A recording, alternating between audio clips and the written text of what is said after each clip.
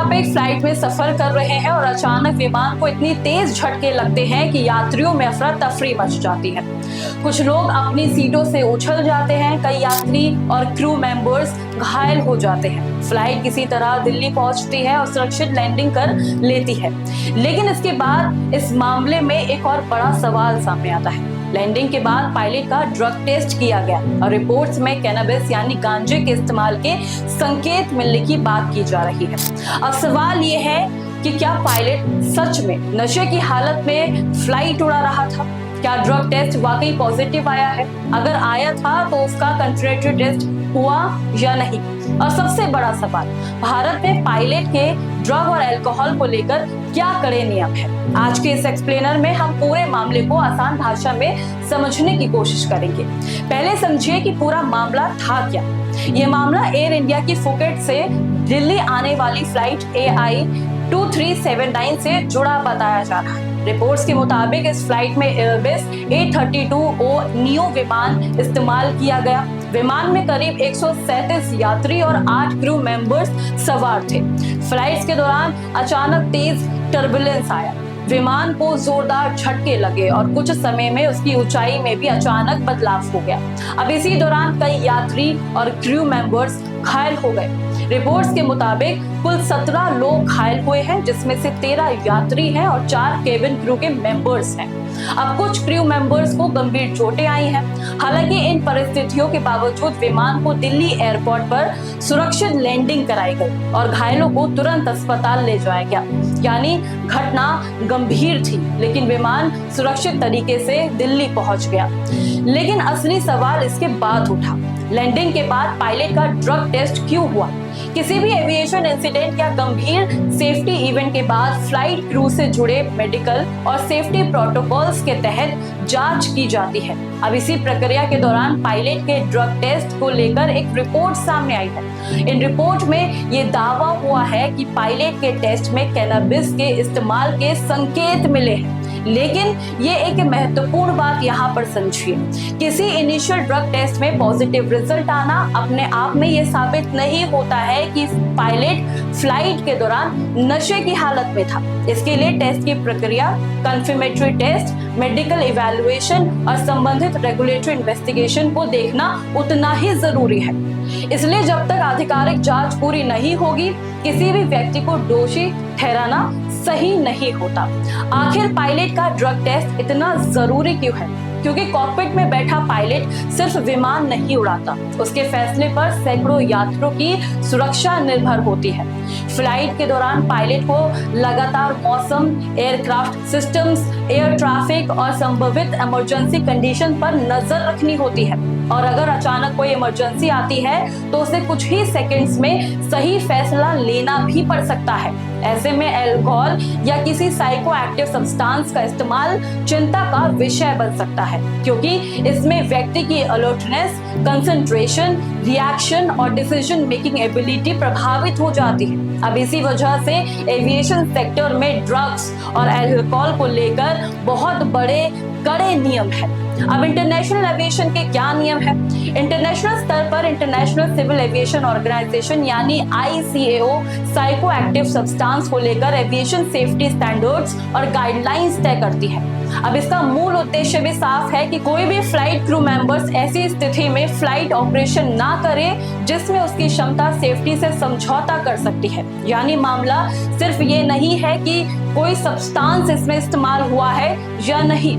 सबसे महत्वपूर्ण सवाल अब ये है कि क्या उस सब्सटेंस की वजह से फ्लाइट सेफ्टी प्रभावित हुई? अमेरिका और यूरोप में क्या व्यवस्था है? अमेरिका में फेडरल एविएशन एडमिनिस्ट्रेशन यानी FAA और डिपार्टमेंट ऑफ ट्रांसपोर्टेशन के नियम सेफ्टी सेंसिटिव एविएशन एम्प्लॉइज के लिए ड्रग और अल्कोहल टेस्टिंग की व्यवस्था करते हैं। वहीं यूरोप में भी फ्लाइट क्रू की फिटनेस, सब्सटेंस यूज को लेकर कड़े एविएशन सेफ्टी रेगुलेशंस लागू हैं। नियमों का उद्देश्य केवल कर्मचारियों को सजा देना नहीं है, बल्कि सेफ्टी सिस्टम का एक हिस्सा ये भी है कि किसी भी कर्मचारी से सब्सटेंस अब्यूज की समस्या आती है तो जरूरत पड़ने पर इसे पहचान कर ट्रीटमेंट और रिहाब की दिशा में मदद की जा सके, क्योंकि एविएशन में अंतिम लक्ष्य एक ही है, सेफ्टी। अब भारत में इसको लेकर क्या नियम है वो समझ लीजिए। भारत में सिविल एविएशन की सेफ्टी और फ्लाइट क्रू से जुड़े रेगुलेशंस को डीजीसीए यानी directorate general of civil aviation नियंत्रित करता है। डीजीसीए के नियमों के तहत फ्लाइट क्रू की मेडिकल सेफ्टी और ड्रग्स तथा अल्कोहल टेस्टिंग से जुड़े प्रावधान मौजूद है। अगर किसी पायलट के बारे में यह सामने आता है कि उसने प्रतिबंधित साइकोएक्टिव सब्सटेंस का इस्तेमाल किया है तो मामला गंभीर माना जा सकता है। ऐसी स्थिति में पायलट को फ्लाइट ड्यूटी से हटाया जा सकता है और निर्धारित रेगुलेटरी प्रोसेस के तहत आगे की कार्रवाई हो सकती है। लेकिन यहाँ पर एक बात जरूरी है कि हर पॉजिटिव टेस्ट का मतलब तुरंत दोष नहीं हो जाता। टेस्टिंग प्रोटोकॉल, कंफर्मेटरी टेस्ट और मेडिकल असेसमेंट जैसी प्रक्रिया भी जरूरी है। अब क्या पायलट का ड्रग टेस्ट सिर्फ हादसे के बाद होता है? तो नहीं। एविएशन में ड्रग और अल्कोहल टेस्टिंग केवल किसी एक्सीडेंट और इंसिडेंट के बाद नहीं होता। एप्लीकेबल रेगुलेशंस और परिस्थितियों के अनुसार pre flight, post flight, random या अन्य प्रकार की टेस्टिंग की व्यवस्था हो सकती है। अब उनका एम सुनिश्चित ये करना होता है कि कोई भी ऐसा क्रू मेंबर फ्लाइट ऑपरेशन में शामिल ना हो जिसकी फिटनेस पर सेफ्टी कंसर्न हो। लेकिन इस पूरे मामले में सबसे बड़ा सवाल अभी है क्या? यही से इस मामले की सबसे महत्वपूर्ण कड़ी सामने आती है। अगर पायलट का ड्रग टेस्ट पॉजिटिव आया है तो हमें कई सवालों के जवाब चाहिए। क्या ये इनिशियल स्क्रीनिंग टेस्ट था? क्या कंफर्मेटरी टेस्ट हुआ या रीटेस्ट हुआ है? कौन सी सब्सटेंस की मौजूदगी मिली है? उसकी मात्रा कितनी थी? और सबसे अहम सवाल, क्या पायलट फ्लाइट के समय उस सब्सटेंस के प्रभाव में था या नहीं?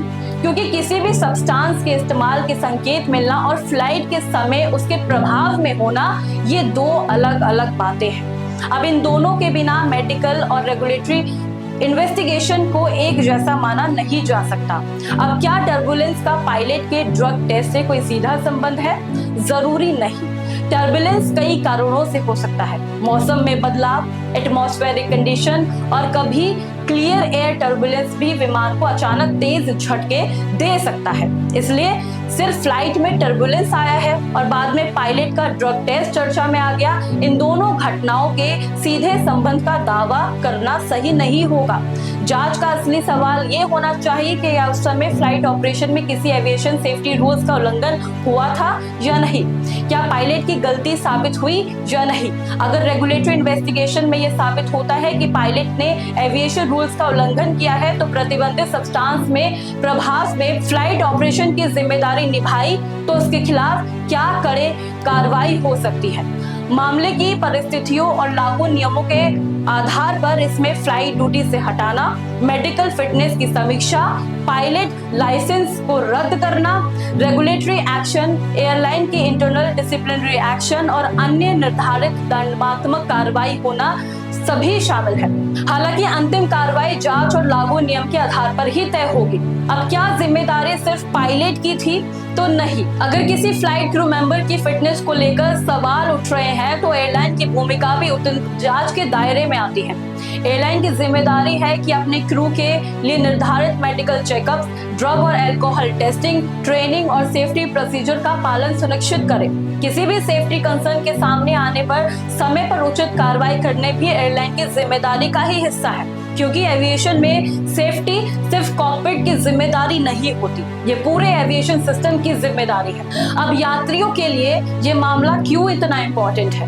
क्योंकि जब भी कोई यात्री विमान में बैठता है तो वो इस भरोसे के साथ बैठता है कि कॉकपिट में मौजूद क्रू पूरी तरह से फिट है, एविएशन के सभी सेफ्टी रूल्स का पालन हो रहा है। ऐसे में अगर किसी पायलट के ड्रग टेस्ट को लेकर पॉजिटिव रिपोर्ट सामने आएगी तो यात्रियों में चिंता होना स्वाभाविक है। लेकिन दूसरी तरफ किसी भी रिपोर्ट को अंतिम सत्य मानने से पहले आधिकारिक जांच का इंतजार करना भी उतना ही जरूरी होगा।